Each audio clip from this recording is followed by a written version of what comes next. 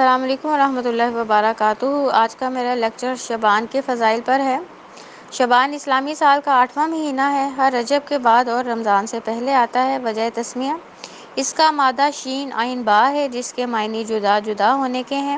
عرب کے لوگ اس مہینے میں پانی کی تلاش میں متفرق طور پر پھیل جاتے تھے، اس لیے اس کا نام شعبان پڑ گیا۔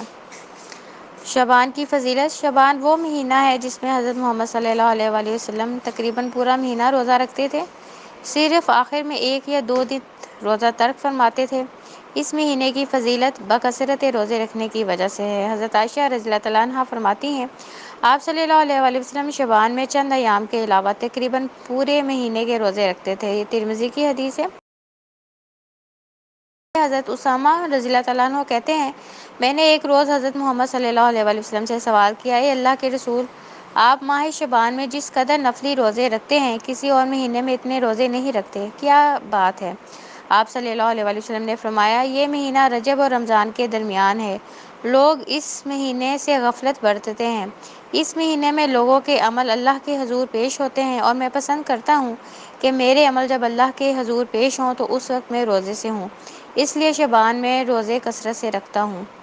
اب اس حدیث سے پتہ چلتا ہے کہ ہمارے عملوں کی سالانہ پیشی اللہ کے حضور شعبان کے مہینے میں ہوتی ہے، اس لیے آپ صلی اللہ علیہ وآلہ وسلم اس مہینے میں کثرت سے روزے رکھتے تھے، اس لیے ہم کو بھی اس مہینے کثرت سے روزے رکھنے چاہیے کہ جب ہمارے سالانہ اعمال اللہ کے حضور پیش ہوں تو ہم بھی روزے کی حالت میں ہوں۔ انسان کے اعمال کی رپورٹ 3 طرح اللہ کے حضور پیش ہوتی ہے۔ نمبر 1، روزانہ انسان کی رپورٹ اللہ کے ہاں پیش ہوتی ہے۔ حدیث میں آتا ہے کہ ہر روز صبح اور شام، فجر اور عصر کے وقت جو ہے فرشتوں کی ڈیوٹی چینج ہوتی ہے، اور جب فرشتے اللہ کے حضور جاتے ہیں تو اللہ ان سے پوچھتا ہے، تم میرے بندوں کو کس حالت میں چھوڑ کر آئے ہو؟ فرشتے کہتے ہیں، یا اللہ، ہم جب ان کو چھوڑ کر آ رہے تھے تب وہ نماز میں مشغول تھے، اور جب ان کے پاس پہنچے تھے تب بھی نماز پڑھ رہے تھے۔ یہ بخاری کی حدیث ہے کہ فجر کے ٹائم جو ہے فرشتوں کی ڈیوٹی چینج ہوتی ہے، رات والے فرشتے چلے جاتے ہیں اور صبح فجر والے آ جاتے ہیں۔ اسی طرح شام کو عصر کے ٹائم فجر والے فرشتے واپس چلے جاتے ہیں اور عصر کے ٹائم والے فرشتے آ جاتے ہیں۔ بندہ اگر اللہ کے حضور نماز پڑھ رہا ہو تو وہ اللہ کے ہاں گواہی دیتے ہیں، ہم نماز پڑھ رہے تھے۔ اگر انسان غفلت کرے، نماز نہ پڑھے، تو پھر دیکھنا فرشتے ہمارے بارے میں یہی گواہی دیں گے نا، دنیا میں مشغول تھے، نماز پڑھنے کی انہیں فکر نہیں تھی۔ انسان کی دوسری پیشی ہفتہ وار ہوتی ہے۔ حضرت محمد صلی اللہ علیہ وآلہ وسلم نے فرمایا، ہر پیر اور جمعرات کو انسان کے اعمال اللہ کی بارگاہ میں پیش ہوتے ہیں۔ دیکھیں، روزانہ رپورٹ بھی اللہ کے ہاں جاتی ہے اور ہفتہ وار رپورٹ بھی جاتی ہے۔ اور اعمال کی تیسری پیشی شعبان کے مہینے میں ہوتی ہے۔ شعبان میں انسان کے اعمال کی سالانہ رپورٹ اللہ کے حضور پیش ہوتی ہے، اس لیے آپ صلی اللہ علیہ وآلہ وسلم شعبان میں کثرت سے روزے رکھتے تھے۔ شعبان کی بدعات۔ شعبان کی عبادت قرآن و حدیث سے ثابت نہیں ہوتی۔ جو احادیث اس رات کے حوالے سے بیان کی جاتی ہیں وہ سب من گھڑت ہیں۔ اب آپ کو پتہ ہے 15 شعبان کو جو ہیں پاکستان کے جو مسلمان ہیں یا جو انڈیا کے مسلمان ہیں، یہ 15 شعبان کی رات کو وہ جو ہے نفلی عبادت پہ بہت زور دیتے ہیں اور صبح روزہ بھی رکھتے ہیں۔ اگر ہم قرآن و حدیث کا مطالعہ کریں تو 15 شعبان کی رات کی کوئی مخصوص عبادت آپ صلی اللہ علیہ وآلہ وسلم سے ثابت نہیں ہے۔ اب سوال یہ پیدا ہوتا ہے، کیا شب برات فیصلوں کی رات ہے؟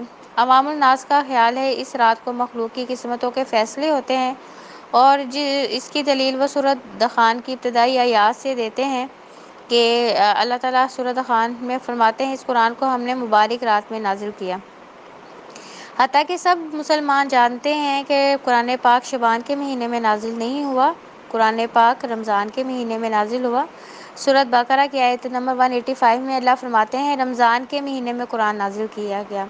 اسی طرح سورۃ قدر کی آیت نمبر 1 میں اللہ فرماتے ہیں، بے شک ہم نے قرآن کو شب قدر میں نازل کیا، اور تم کیا جانو شب قدر کیا ہے؟ یہ 1000 مہینے سے بہتر ہے، اور اس رات روح الامین حضرت جبرائیل علیہ السلام اللہ کے حکم سے احکامات لے کر آتے ہیں، اور یہ رات پوری کی پوری سراسر سلامتی ہے۔ اب اللہ نے کہا ہے جو انسان کے فیصلوں کی رات ہے، کہ انسان کے پورے سال کا جو بجٹ آتا ہے وہ شب قدر میں آتا ہے، اور سب کو پتہ ہے شب قدر وہ رات ہے جس رات قرآن پاک کا نزول کا آغاز ہوا تھا۔ 21 رمضان کو آپ صلی اللہ علیہ وسلم پہ پہلی وحی قرآن پاک کی شکل میں آئی تھی، اور یہ رات روٹیٹ ہوتی رہتی ہے۔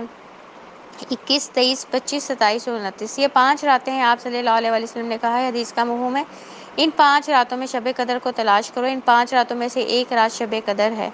اب اس رات 1000 سال کی عبادت کا ثواب ہے، اس رات ہمارے پورے سال کا بجٹ آتا ہے کہ اگلے رمضان تک ہمارے ساتھ کیا ہونا ہے، اچھا ہونا ہے، کوئی آزمائش آنی ہے، کسی نے زندہ رہنا ہے یا کسی نے مر جانا ہے۔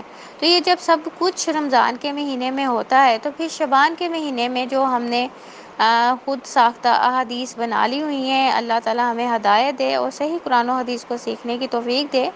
ابھی تو الحمدللہ قرآن خود گواہی دیتا ہے کہ قرآن رمضان المبارک میں نازل ہوا۔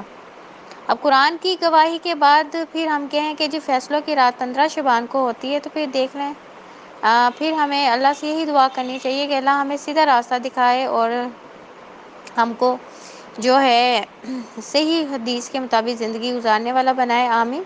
15 شعبان کی عبادت اور روزہ، اس رات کی مخصوص عبادت اور روزہ سنت سے ثابت نہیں ہے۔ اب اس مہینے ہمیں ویسے ہی کثرت سے روزے رکھنے چاہیے۔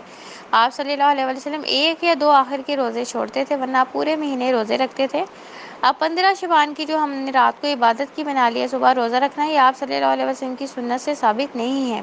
اب سوال یہ پیدا ہوتا ہے اس مہینے میں ہم کریں کیا؟ آپ صلی اللہ علیہ وسلم نے اس مہینے میں کثرت سے روزے رکھے ہیں، اس لیے ہم کو بھی آپ صلی اللہ علیہ وسلم کی سنت پہ عمل کرنا چاہیے اور کثرت سے روزے رکھنے چاہیے، تاکہ جب ہمارے سالانہ اعمال اللہ کے حضور پیش ہوں تو ہم روزے کی حالت میں ہوں۔